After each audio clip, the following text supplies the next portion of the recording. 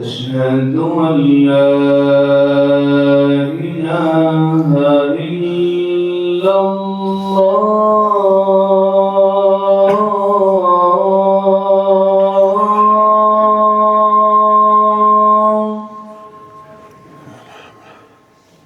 أشهد أن لا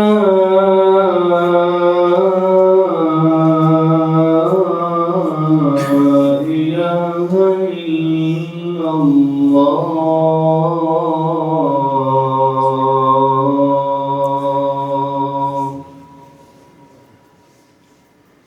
أشهد أن محمدًا رسول الله.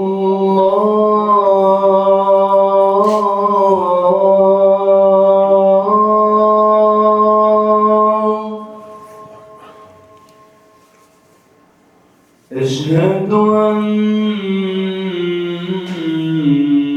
محمدًا رسول الله.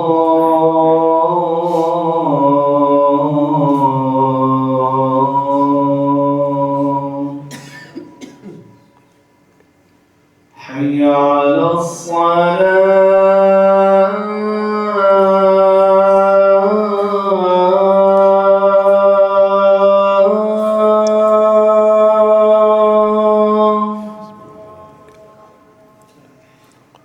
حي على الصلاة.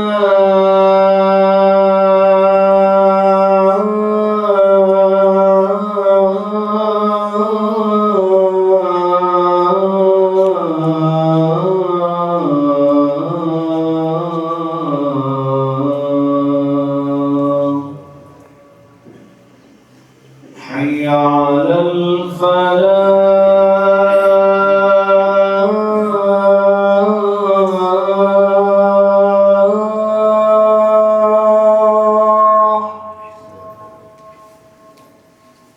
حي على الفلاح.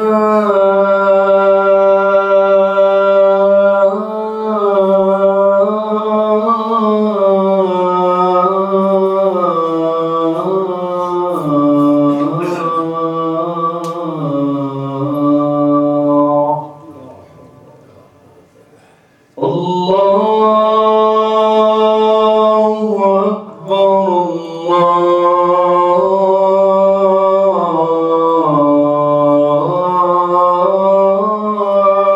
الله أكبر. لا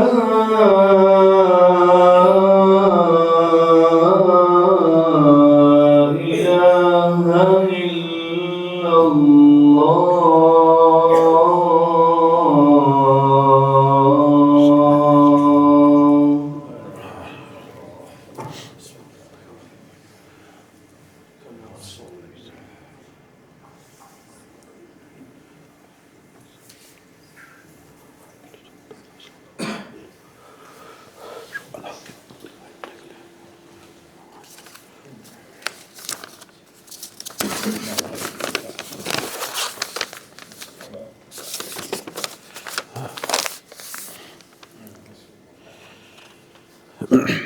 الحمد لله رب العالمين إله الأولين والآخرين الخلاق الوهاب الرزاق ذو القوة المتين. الحمد لله رب العرش الكريم. الحمد لله رب العرش العظيم. الحمد لله أحمده سبحانه وتعالى حمد الشاكرين، وأشكره على آلائه ونعمه شكر الحامدين. أشهد أن لا إله إلا الله وحده لا شريك له أصدق القائلين، وأشهد أن نبينا محمدًا عبده ورسوله النبي الأمين. اللهم صل وسلم وبارك على عبدك ورسولك محمد خير الأوابين وأفضل المصلين والصائمين، وعلى آله وأصحابه أجمعين والتابعين لهم بإحسان إلى يوم الدين. أعوذ بالله من الشيطان الرجيم. بسم الله الرحمن الرحيم. یا ایہا الذین آمنوا ارکعوا واسجدوا واعبدوا ربکم وافعلوا الخیر لعلکم تفلحون صدق اللہ العظیم۔ اللہم ربنا آتنا فی الدنیا حسنہ وفی الآخرة حسنہ وقنا عذاب النار۔ اللہم انا نسألک حبک وحب من يحبک والعمل الذي يبلغنا حبک۔ اللہم اجعل حبک حب الینا من اموالنا وانفسنا واہلنا ومن الماء البارد۔ رسول اللہ صلی اللہ علیہ وسلم اپنے صحابہ کے ساتھ تشریف فرما ہیں۔ آپ کے ارد گرد صحابہ موجود ہیں۔ رسول اللہ صلی اللہ علیہ وسلم نے ایک سوال کر لیا، من اصبح منکم اليوم صائما، آج تم میں سے کس نے روزہ رکھا ہوا ہے؟ ایک آواز آئی اور وہ ابو بکر رضی اللہ عنہ کی آواز تھی کہ میں نے روزہ رکھا ہے۔ پھر آپ صلی اللہ علیہ وسلم نے ایک اور سوال کیا، افمن تبع منکم اليوم جنازہ، کیا تم میں سے کوئی ایسا شخص ہے جس نے آج کوئی جنازہ پڑھا ہو یا جنازے کے ساتھ گیا ہو؟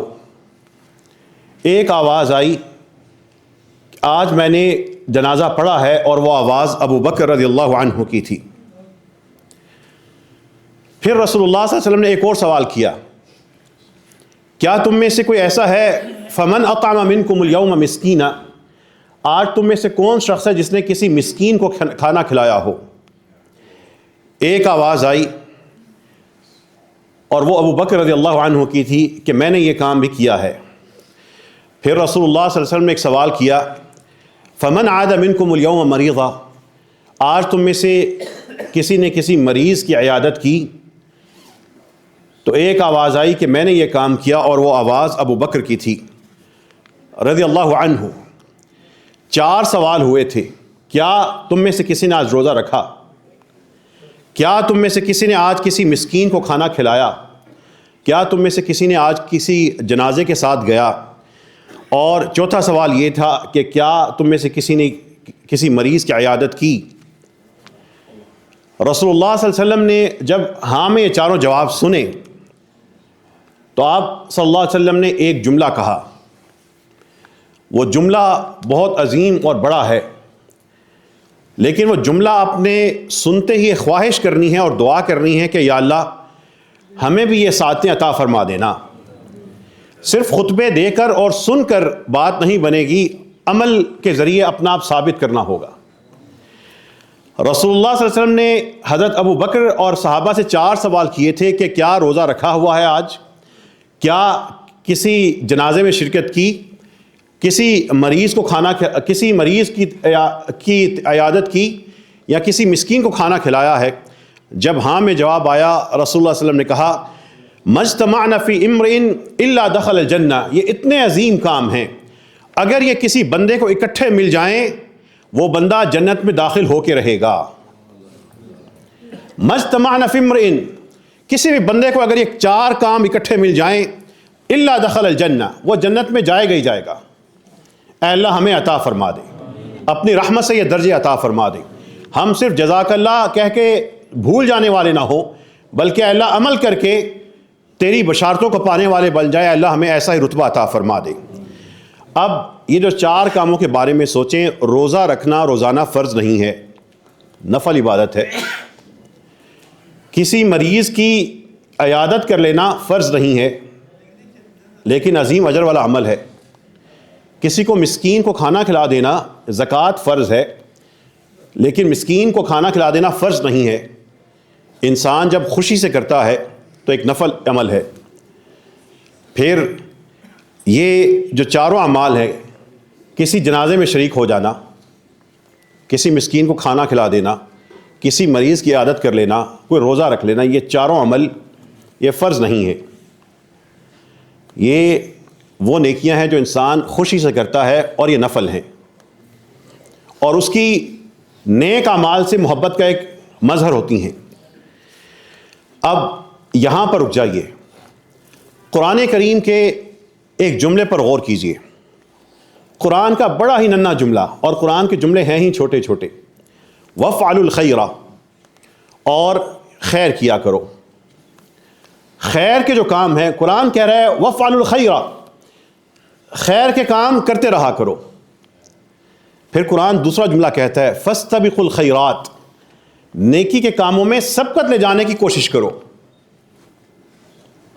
اب جو میں نے ایک واقعہ بیان کیا 4 سوال والا تھا، اور قرآن کے 2 جملے پڑھے وَافْعَلُوا الْخَيْرَ فَاسْتَبِقُوا الْخَيْرَاتِ.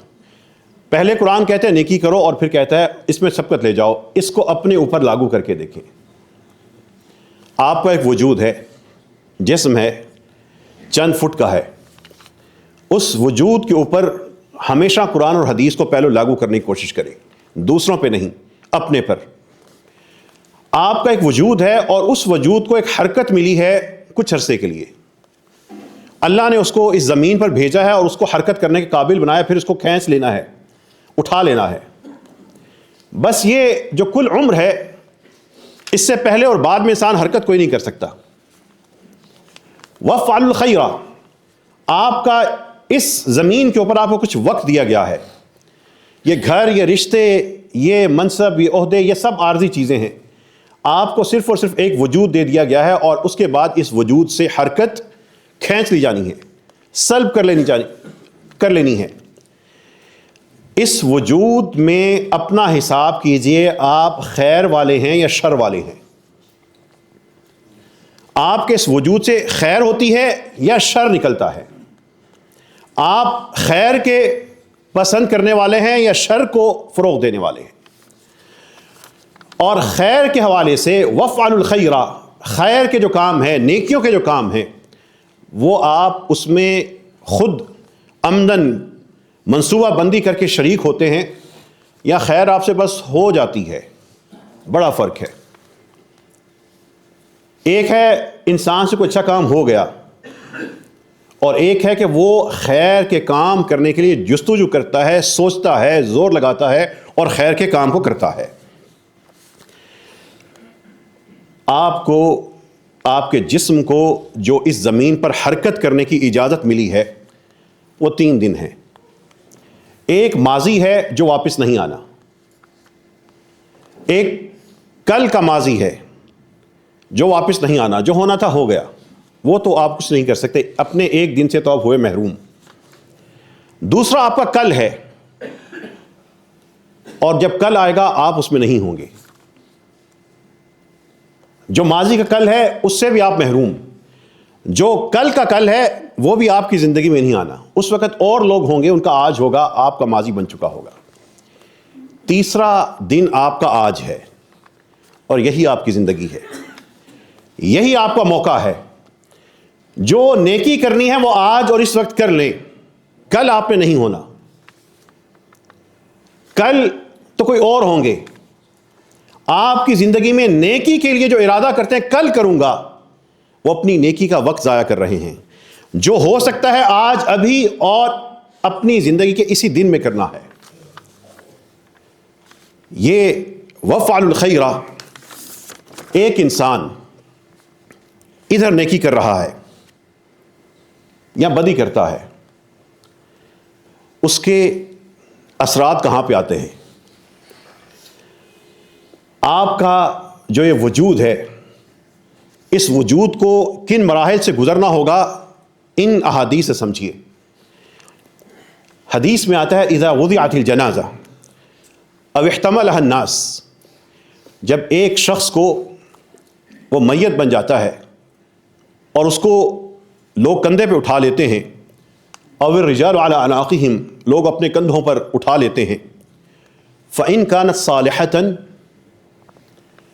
اگر وہ اس زندگی میں نیکیاں کر کر کے گیا ہے، اس وقت جب لوگوں نے اس کو اٹھایا ہوگا، وہ میت کہہ رہی ہوگی قدمونی قدمونی، مجھے کیا آہستہ آہستہ لے کر قبر کی طرف جا رہے ہو، جلدی کرو جلدی کرو، میری نیکیوں کے اثرات مجھے نظر آ رہے ہیں، مجھے اگلی منزل تک پہنچاؤ.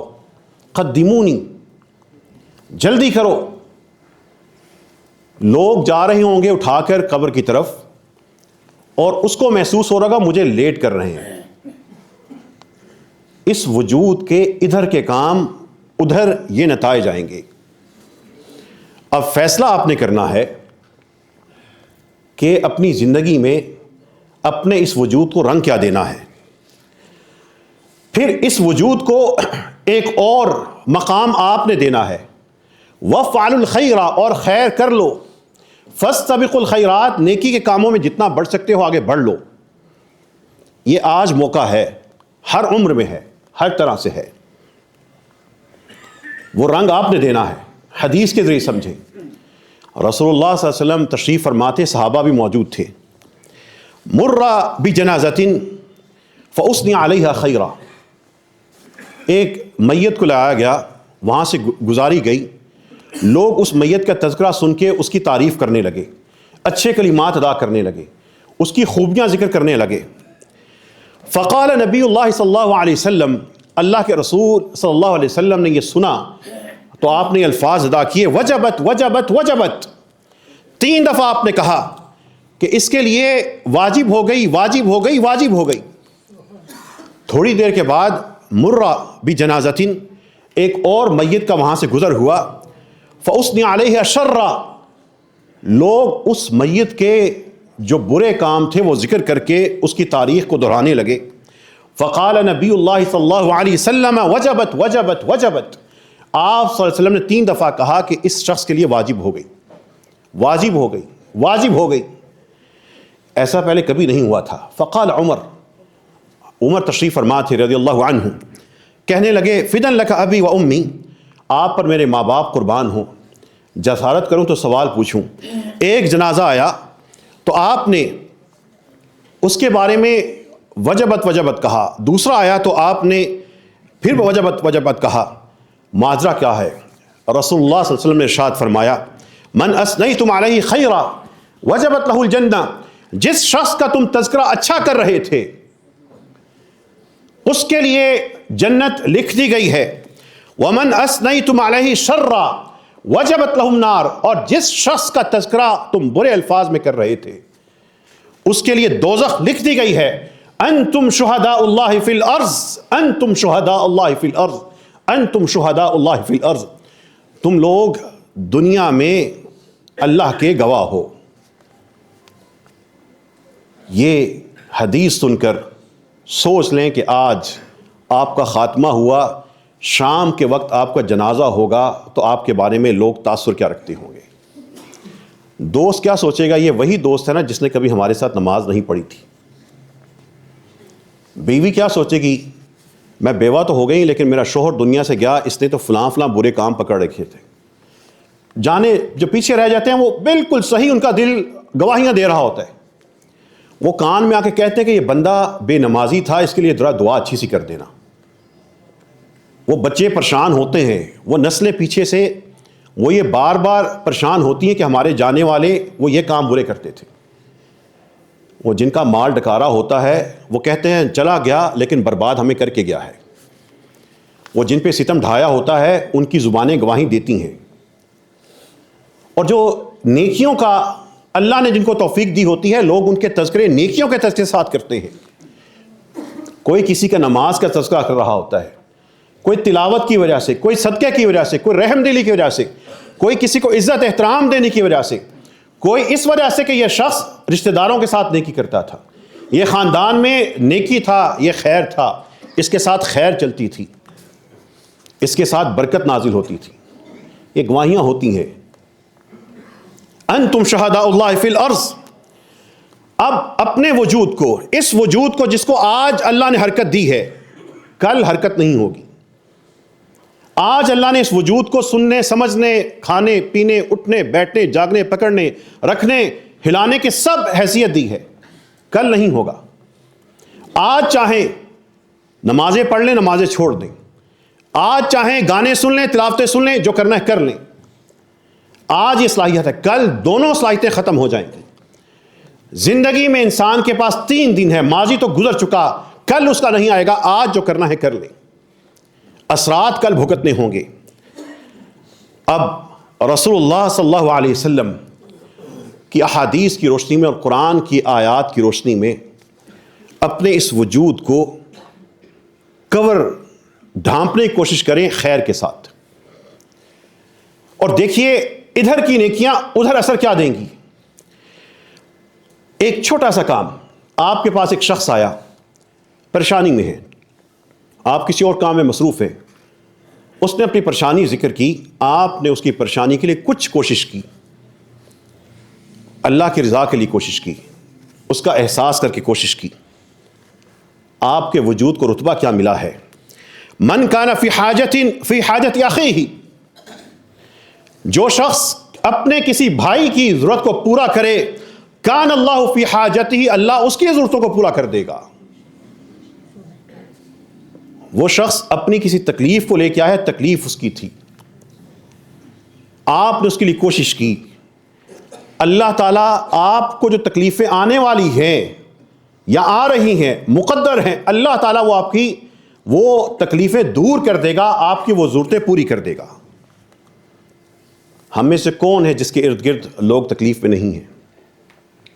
پھر رسول اللہ صلی اللہ علیہ وسلم فرماتے ہیں وَمَنْ فَرَّجَ عَنْ مُسْلِمٍ كُرْبَةً فَرَّجَ اللَّهُ عَنْهُ كُرْبَةً مِنْ كُرْبَاتِ يَوْمِ الْقِيَامَةِ.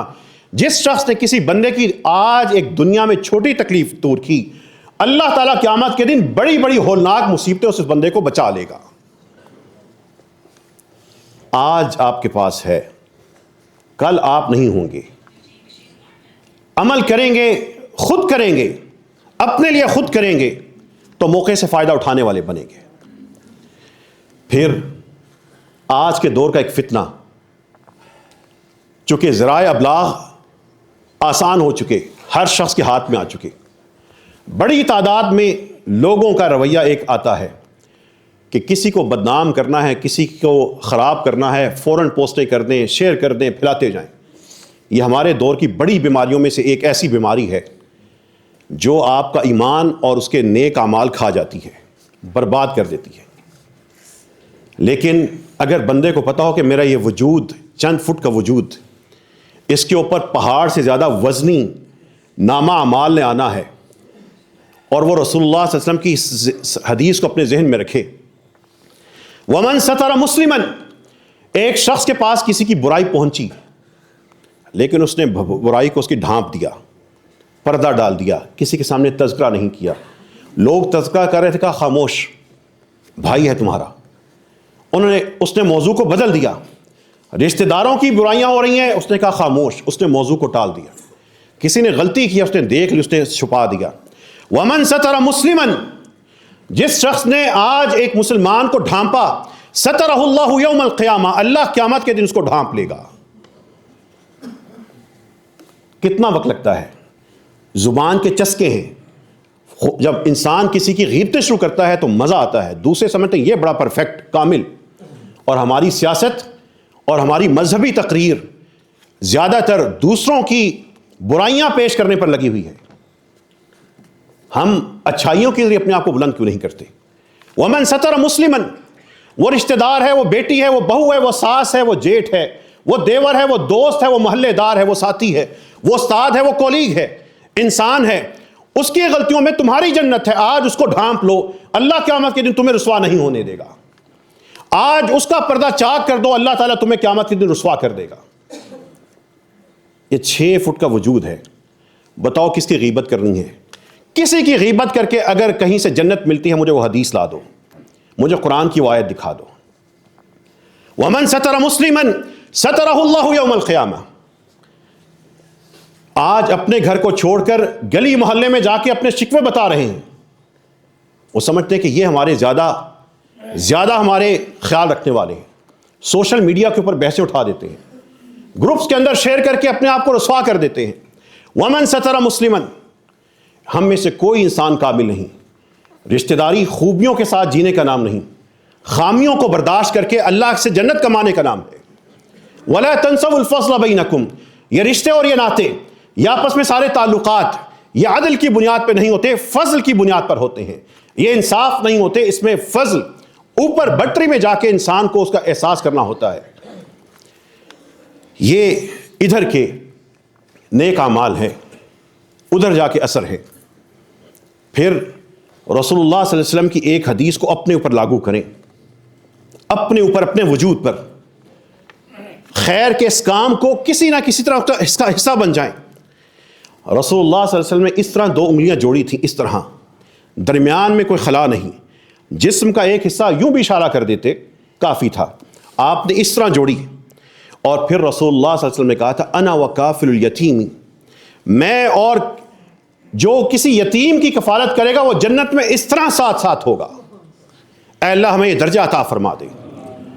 آپ کے دائیں بائیں کتنے ہی یتیم خانے ہیں، کتنے ہی مدارس ہیں، کتنے ہی عام بیواؤں کے ساتھ ان کے یتیم بچے رہتے ہیں، کسی پہ تو ہاتھ رکھیں، کچھ تو اس کا ساتھ دیں، کوئی تو زندگی میں اپنے ساتھ یتیم کھڑا کرے، کوئی یتیم بیٹا، کوئی یتیم بیٹی قیامت کے دن آپ کے لیے شفاعت کا باعث بن رہا ہو، کچھ تو کرے۔ یہ اپنی زندگیوں میں ڈٹ جائیں نیکیوں کے لیے، صبر کرنے کے لیے، برائیوں کا مقابلہ کرنے کے لیے صبر کرتے ہوئے، رشتہ داروں اور اپنے معاشرے میں نیکی کرنے کے لیے صبر کرتے ہوئے۔ ایک صبر ہوتا ہے اذیت ملنے پر، ایک صبر ہوتا ہے نیکی کی خاطر، یہ دونوں صبر آپ کی زندگی میں آ جائیں۔ اب جن کی زندگیاں بے شمار آزمائشوں میں ہوں گی، ادھر تکلیف میں ہیں، روزگار کم ہے، خرچے زیادہ ہیں، لیکن حلال کمانے میں تھک رہے ہیں، کنبے کے مسائل ہیں، اتنی آمدن نہیں ہے، لیکن کبھی ذہن کے اوپر، کبھی چہرے پر کوئی شکوہ نہیں آیا، کوئی زبان سے شکوہ نہیں کیا۔ ہاں اللہ سے مانگتے ہیں، لیکن اللہ محدود دے رہا ہے، اس کی حکمت بہتر ہے۔ کہیں ایکسیڈنٹ ہوا، کوئی بیماری آ گئی، کچھ چھین لیا، لیکن صبر کر لیا۔ اب قیامت کا دن ہوگا، سب کو اجر ملے گا، نماز والوں کو، روزے والوں کو، لیکن صبر والوں کو بلایا جائے گا۔ صبر والوں کو جب بلایا جائے گا، باقی کو ایک قاعدہ ضابطہ تھا، ایک مقدار تھی، اس کے مطابق اجر دیا جائے گا۔ جن لوگوں نے سخت صبر کیے ہوں گے ان کو بغیر اجر، بغیر حساب کے، بغیر کسی مقدار کے اجر سے نوازا جائے گا۔ انما یوفی الصابرون اجرہم بغیر حساب، اس لیے کہ اللہ نے وعدہ کیا تھا کہ وہ صبر کرنے والوں کو بغیر حساب کے اجر ملے گا۔ جب ان کو اتنا اجر ملے گا، اپنی شان دیکھیں گے، وہاں پہ وہ صبر کرنے والے پتہ ہے کیا تمنا کریں گے؟ وہ تمنا کریں گے کاش کہ ہمیں زندگی میں دوبارہ واپس بھیجا جاتا، جو ہم پہ آزمائشیں تھی وہ تو پھر کچھ نہ ہوئیں، ہمیں ایسی آزمائشوں سے گزارا جاتا کہ ہمارے جسموں کو لوہے کے بڑے بڑے آروں سے کاٹا جاتا، ہمیں ٹکڑے کر دیا جاتا، تاکہ ہمیں یہاں پہ اور اجر ملتے۔ ایسا صبر کا وہاں پہ اجر ملے گا۔ رسول اللہ صلی اللہ علیہ وسلم کی ان حدیثوں میں سے ایک حدیث کو اپنے ساتھ پالیے، اس کو جس طرح بچوں کو پالتے ہیں ان حدیثوں کو اپنے ساتھ پالیے، ان کو بڑا کیجئے، اپنا سہارا بنائیے۔ ایک گھر ہوگا، اس کے اندر ایک بیٹی، 2 بیٹیاں یا 3 یا 4 بیٹیاں ہوں گی، لوگوں کو پتہ ہی نہیں ہوگا کہ جنت پھر رہی ہے۔ یہ بیٹی جس کو ہم پالتے ہیں، یہ بیٹیاں جو ہمیں 2 مل جائیں یا 3 مل جائیں یا 4 مل جائیں، سارے بیٹے مل کے ایک بیٹی کے پاؤں کی خاک کے برابر نہیں ہو سکتے۔ رسول اللہ صلی اللہ علیہ وسلم کی اس حدیث کو سنیے اور محبت سے اور جذبے سے اور رحمت للعالمین کے امتی بن کے جو خود بھی رحمت ہوتے ہیں اس طرح سنیے۔ رسول اللہ صلی اللہ علیہ وسلم فرما رہے ہیں من عال ابنتین، جس نے 2 بیٹیاں، او ثلاثن او اختین او ثلاثہ، جس نے 2 بیٹیاں یا 3 یا 2 بہنیں یا 3 ان کی پرورش کی، حتی یبنہ، یہاں تک کہ ان کی رخصتی کا وقت آ گیا یا وہ جدا ہو گئی اور موت یا شادی کی وجہ سے پھر اس سے جدا ہوئیں، وہ شخص اپنی بیٹیوں کا سرپرست، اپنی بہنوں کا وارث، ان کا ساتھ دینے والا، کنت انا وہو فی الجنۃ کہاتین، رسول اللہ صلی اللہ علیہ وسلم نے اس طرح اپنی انگلیوں کو ملایا اور اشارہ کیا، ہم دونوں جنت میں اس طرح ساتھ ہوں گے۔ یہ ہیں بیٹیاں اور یہ ہیں بہنوں کا مقام و مرتبہ۔ تکلیفیں آتی ہیں، الفاظ سننے کو ملتے ہیں، ناراضگیاں آتی ہیں، وہ ڈانٹ بھی دیتی ہیں، وہ ناراض بھی ہوتی ہیں، لیکن وہ آپ کی جنت ہے، وہ آپ کی آخرت ہے۔ پھر ایک حدیث میں آتا ہے کہ ایک صحابی نے کہا میری تو ایک ہے، انہوں نے کہا خواہ ایک ہو وہ بیٹی بھی تمہاری جنت ہے، میں اس طرح اس کے ساتھ ہوں گا۔ رسول اللہ صلی اللہ علیہ وسلم کی ان حدیثوں کو صرف سن کے نہ چلے جانا، اللہ کہنے والے کو اور سننے والوں کو عمل کی توفیق عطا فرمائے۔ یہ مسجدوں میں آتے ہیں نا، جگہ جگہ مسجدیں ہیں۔ رسول اللہ صلی اللہ علیہ وسلم اپنے صحابہ کو خیر کے کاموں پر ابھارتے تھے۔ وہ صرف 5 فرض والے وہ کام نہیں تھے، 5 کے بعد 550 نہیں، 5000 جتنی نیکیاں ہو سکتی ہیں کر لیں۔ رسول اللہ صلی اللہ علیہ وسلم نے پوچھا تھا، کیا تم میں سے کسی کو یہ پسند ہے کوئی نزدیک ایک شاندار وادی میں جائے، وہاں کی سب سے شاندار اونٹنیاں بڑی بڑی کوہانوں والی لے کے آئے، وہ اس کو مل جائیں، اس مال کے کمانے میں ایسا نہ ہو کہ اس نے کسی کا مال غصب کیا ہو یا کسی رشتہ دار سے چھینا ہو؟ کیا تم میں سے کسی کو پسند ہے کہ اس طرح اس شاندار وادی کی شاندار اونٹنیاں مل جائیں؟ صحابہ نے کہا، اے اللہ کے رسول، اس وادی کی وہ شاندار اونٹنیاں تو ہم میں سے ہر کوئی پسند کرتا ہے۔ تو رسول اللہ صلی اللہ علیہ وسلم نے کہا تھا، اگر دنیا کا یہ مال اس طرح پسند کرتے ہو تو سنو، تمہیں پتہ ہونا چاہیے، اگر تم میں سے افلا یغدو احدکم الی المسجد، تم میں سے کوئی شخص مسجد جائے اور وہاں پر یعلم او یقرأ، یا تو وہ کچھ پڑھے یا 2 آیتیں اللہ کی کتاب میں سے صرف 2 آیتیں یا پڑھ لے یا اس کا علم حاصل کر لے، وہ 2 آیتوں کا پڑھنا، صرف 2 آیتوں کا پڑھ لینا یا اس کے بارے میں علم حاصل کر لینا، وہ اس شاندار وادی کی 2 شاندار اونٹنیوں سے تمہارے حق میں بہتر ہے۔ اور اگر 3 آیتیں پڑھ لیں اور ان کے بارے میں کوئی علم حاصل کر لیا، صرف پڑھ لیں یا علم حاصل کر لیا، وہ وہاں کی 3 اونٹنیوں سے تمہارے لیے بہتر ہوگا۔ اور اسی طرح اگر 4 یا 5 یا جتنی آیتیں پڑھتے جاؤ گے، وہ وہاں کی اتنی، اس وادی کی اتنی اونٹنیوں سے، اور جتنی اونٹنیاں ہیں اس کے ساتھ اتنے اونٹ ملا لو، وہ تمہارے لیے بہتر ہوگا۔ اب رک جائیے، 5 اونٹنیاں اور 5 اونٹ بہترین قسم کے شاندار علاقے کے، بہترین جو چرائی والے علاقے ہیں اور شاندار وہاں پہ پالا جاتا ہے، وہ اونٹنیاں، ان کی قیمت آپ کے لیے 5 آیتیں ہیں۔ اب اپنے وجود کو، اس 5-6 فٹ کے وجود کو سوچئے، زندگی میں کتنی دفعہ مسجد گئے ہیں اور یہ درجہ حاصل کیا ہے؟ مسجدوں میں آتے جاتے رہتے ہیں، لیکن صرف کھول لینا قرآن کے 2 آیتیں پڑھ لوں، وہ 2 اونٹنیاں مجھے ملیں گی، اللہ دینے والا کیسے دے گا اس کو پتہ ہے۔ کتنی دفعہ ایسا کیا ہے؟ اکثریت نے نہیں نہ کبھی کیا، بس مسجد گئے، وضو کیا، نماز پڑھ چلے گئے، وہ اس کا اپنا اجر ہے۔ لیکن خیر کے کام کب کریں گے؟ خیر، یہ تو فرض تھا، اصل بات یہ ہے عمل الصالحات، عمل الصالحات کیا ہیں؟ وہ کیوں نہیں بنتے؟ اس کے لیے سوچتے کیوں نہیں؟ اس کے لیے اپنے آپ کو، اپنی تربیت کیوں نہیں کرتے؟ اپنی ترجیحات کیوں نہیں بناتے؟ آج مسجد جاؤں گا، آج نماز بھی پڑھوں گا، 2 آیتیں پڑھ کے اٹھوں گا، 2 منٹ لگتے ہیں، صدقہ دے کے جاؤں گا، وہاں پہ صدقہ دے دوں گا، کسی یتیم کو ڈھونڈوں گا، روزہ رکھوں گا۔ آج اگر جنازہ کہیں پڑھنے جانا ہے، کل کسی کا جنازہ ہے تو اس دن روزہ بھی رکھ لے، جنازہ بھی پڑھ لے، کسی مریض کو ڈھونڈ لے، کسی مسکین کو کھانا کھلا دے۔ ابو بکر رضی اللہ عنہ نے خطبے کے شروع میں جو حدیث ذکر کی تھی، یہی 4 سوال کیے تھے نا، کیسا شاندار انسان ہوگا۔ رسول اللہ صلی اللہ علیہ وسلم نے کہا تھا، مجتمع فی امرئ الا دخل الجنہ، کسی بندے میں ایک وقت میں یہ 4 چیزیں اکٹھی ہو جائیں وہ جنت میں جا کے رہے گا۔ اے اللہ ہم سب کو عمل کرنے کی توفیق عطا فرما۔ وآخر دعوانا ان الحمد للہ رب العالمین۔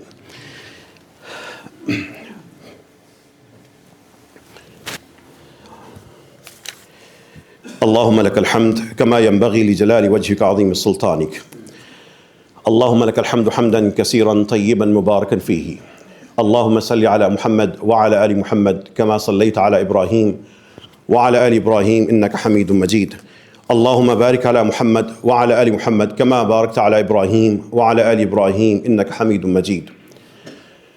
کتنے ہی ایسے لوگ ہوں گے جنہوں نے گھر فون کیا ہوگا، دوستوں کو فون کیا ہوگا کہ اچھا سا کھانا تیار کرو، ہم آ رہے ہیں، لیکن پھر حادثہ ہوا ہوگا اور کھانا تیار ہو چکا ہوگا لیکن وہ دنیا سے جا چکے ہوں گے۔ کتنی ہی دفعہ ایسا ہوتا ہے کہ کوئی شخص کہیں اطلاع کرتا ہے کہ میں فلاں دن تم سے ملنے آؤں گا، لیکن وہ تو نہیں جاتا، اس کا جنازہ تیار ہوتا ہے، جن سے ملنے جانا تھا وہ آ کے اس کے جنازے میں شریک ہوتے ہیں۔ کتنی دفعہ ہمارے ارد گرد ایسا ہوتا ہے کہ کوئی شخص اپنی گاڑی لے کے خود ڈرائیو کرتے جاتا ہے، لیکن بعد میں اس کو کسی ایمبولینس پر یا اسٹریچر پہ ڈال کے لایا جاتا ہے کہ یہ تو اللہ کو پیارے ہوئے۔ یہی بس زندگی کے موقع ہیں، یہ ان موقعوں میں جو چلے گئے ان کا آج ختم، آپ کا آج باقی ہے۔ اور آج کا خطبہ جمعہ تھا ہی یہ، کل جو گزر گیا وہ تب آپ کے ہاتھ نہیں آنا، اور جو آج ہے اس میں آپ موجود ہیں۔ جو کل آئے گا وہ آپ کے ذکر سے خالی ہوگا، اس میں کوئی اور لوگ ہوں گے۔ جو کام کرنا ہے وَافْعَلُوا الْخَيْرَ، جو میں نے آیت پڑھی تھی، یا ایھا الذین آمنوا ارکعوا واسجدوا وَافْعَلُوا الْخَيْرَ، اور خیر کر لو لعلکم تفلحون، تاکہ تم بچ جاؤ۔ پھر قرآن نے کہا تھا فاستبقوا الخیرات، خیر کے کاموں میں آگے بڑھ کے سبقت لے لو۔ قرآن کے ننھے ننھے جملے کس طرح دل پہ اثر کرتے ہیں، کس طرح وہ آواز بناتے ہیں، کس طرح وہ روح میں اترتے ہیں۔ وَأَن لَيْسَ لِلْإِنسَانِ إِلَّا مَا سَعَىٰ، بندے کو وہی ملے گا جو اس نے کوشش کی ہوگی۔ وَأَنَّ سَعْيَهُ سَوْفَ يُرَىٰ، اور اس کی پوری کاوش کو دیکھا جائے گا۔ ثُمَّ يُجْزَاهُ الْجَزَاءَ الْأَوْفَىٰ، پھر اس کو پورا بدلہ دیا جائے گا۔ وَأَنَّ إِلَىٰ رَبِّكَ الْمُنتَهَىٰ، تم سب کا خاتمہ اور اختتام تو تمہارے رب کی طرف ہے۔ اس خاتمے کے لیے اس 6 فٹ کے، اس 5 فٹ کے، اس 4 فٹ کے وجود کو سوچ لیں، اپنا حساب خود کر لیں۔ بہت سے لوگ سوچتے ہیں کہ ہمارے بعد ہمارے فلاں نیکی کریں گے، کوئی نہیں کرتا، بہت کم کرتے ہیں۔ پڑوسیوں سے نیکی جو کر سکتے ہیں کر لیں، رشتہ داروں سے جو کر سکتے ہیں کرنا شروع کر دیں، یتیموں کو مسکینوں کو سنبھال سکتے ہیں سنبھال لیں، رشتہ داروں کے ساتھ کوئی اچھا معاملہ کر سکتے ہیں کر لیں، جو نیکی کمانی ہے کما لیں، جنت خود کمانی ہوگی۔ یہ نیکی کے جتنے کام ہیں آپ کے ارد گرد ہیں، آپ کی صلاحیت ہے، آپ کی آواز ہے، آپ کی ڈگری ہے، آپ کا عہدہ ہے، آپ کا رتبہ ہے، آپ کی رشتہ داری ہے، آپ جو بھی ہیں اللہ نے آپ کے ارد گرد آپ سے کمزور تر بھی رکھے ہیں، ان سے نیکی کر لیں۔ آپ کو جو رزق دیا جاتا ہے وہ تمہارے کمزور لوگوں کی وجہ سے دیا جاتا ہے۔ کمزوروں پہ خرچ کرنا شروع کر دیں، اللہ آپ کو طاقتوروں سے بے نیاز کرتا جائے گا۔